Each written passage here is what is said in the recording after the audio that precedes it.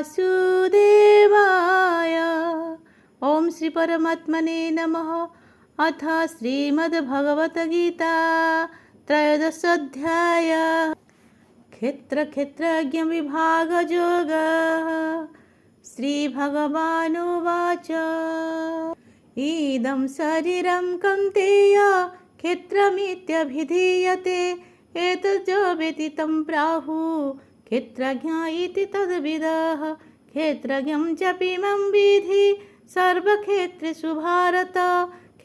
क्षेत्रज्ञज्ञानं यतज्ज्ञानं मतं मम तत्क्षेत्रं च जदृक् च जद्विकारी जतश्च जत स च जो जतप्रभावश्च तश्च मासेन मे शृणु। ऋषिभिर्बहुधा गीतं छन्दोभिर्विविधैः पृथक् ब्रह्मसूत्रपदैश्चैव हेतुमद्भिर्विनिश्चितैः। महाभूतान्यहङ्कार बुद्धिरव्यक्तमेव च इन्द्रियाणि दशैकं च पञ्चचेन्द्रियगोचराः। इच्छा द्वेषः सुखं दुःखं संहतश्चेतना धृतिः एतत् क्षेत्रं समासेन सविकारमुदाहृतम्।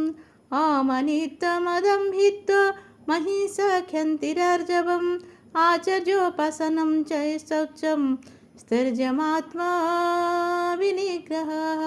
इन्द्रियार्थेषु वैराग्य मनहङ्कार एव च जन्म मृत्यु जरा व्याधि दुःखदोषानुदर्शन आसक्तिरनभिसङ्गः पुत्रदार गृहादिषु नित्यं च समचित्तत्वं मिष्टनिष्टोपपत्तिषु मयि चानन्ययोगेन भक्तिरव्यभिचारिणी विविक्तदेशसेवित्वा मरतिर्जनसंसदि अध्यात्मज्ञाननित्यत्वं तत्त्वज्ञानार्थदर्शनम् एतज्ज्ञानमिति प्रोक्ता मज्ञानं जदतोऽन्यथा ज्ञेयं जतत् प्रवक्ष्यामि यज्ज्ञात्वामृतमश्नुते अनादिमत्परं ब्रह्म न सत्ता न सदुच्यते। सर्वतः पाणिपादं तत् सर्वतः शिशिरोमुखं सर्वतः स्मृतिमसमलोके सर्वमावृत्य तिष्ठति। सर्वेन्द्रियगुणाभासं सर्वेन्द्रियविवर्जितम् असक्तं सर्वभूचैव निर्गुणं गुणभोक्तृ च बहिरन्तश्च भूतानामचरं चरमेव च सूक्ष्मता तदविज्ञेयं दूरस्थं चान्तिके च तत् अविभक्तं च भूतेषु विभक्तमिव च स्थितं भूतभर्तृ च तत् ज्ञेयं ग्रसिष्णु प्रभविष्णु च ज्योतिषामपि ज्योतिस्तमसः परमुच्यते। ज्ञानं ज्ञेयं ज्ञानगम्यं हृदि सर्वस्य विष्ठितम् इति क्षेत्रं तथा ज्ञानं ज्ञेयं चोक्तं समासतः मद्भक्त एतद्विज्ञाय मद्भावाय उपपद्यते। प्रकृतिं पुरुषं चैव विद्यादनादिभवावपि विकारांश्च गुणांश्चैव विद्धि प्रकृतिसम्भवान् कार्यकारणकर्तृत्वे हेतुप्रकृतिरुच्यते। पुरुषः सुखदुःखानां भोक्तुं ते हेतुरुच्यते। पुरुषः प्रकृतिस्थो हि भुक्ते प्रकृतिजन्गुणान् कारणं गुणसङ्गोऽस्य सदसज्जनिजन्मसु उपद्रष्टानुमन्ता च भर्ता भोक्ता महेश्वरः परमात्मेति चाप्युक्तो देहेऽस्मिन् पुरुषः परः। ज एवं वेति पुरुषं प्रकृतिं च गुणैः सह सर्वथा वर्तमानोऽपि न स भूयाभिजायते।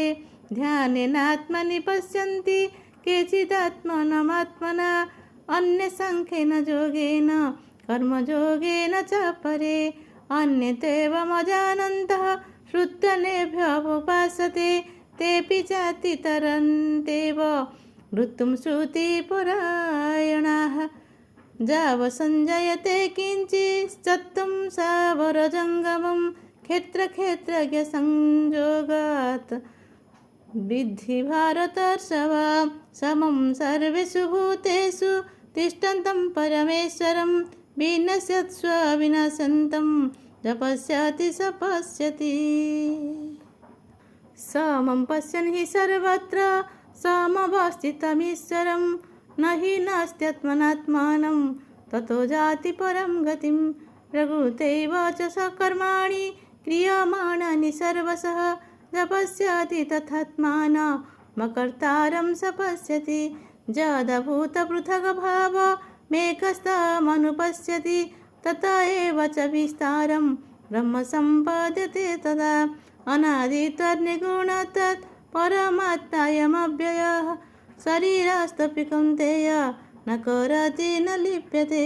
यथा सर्वगतं सूक्ष्मदाकाशं नोपलिप्यते सर्वत्रावस्थितो देहे तथात्मा नोपलिप्यते।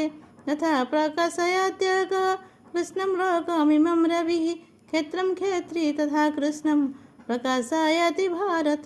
क्षेत्रक्षेत्रज्ञयोरेव मन्तरं ज्ञानचक्षुषा भूतप्रकृतिमोक्षं च ये विदुर्जन्ति ते परम्।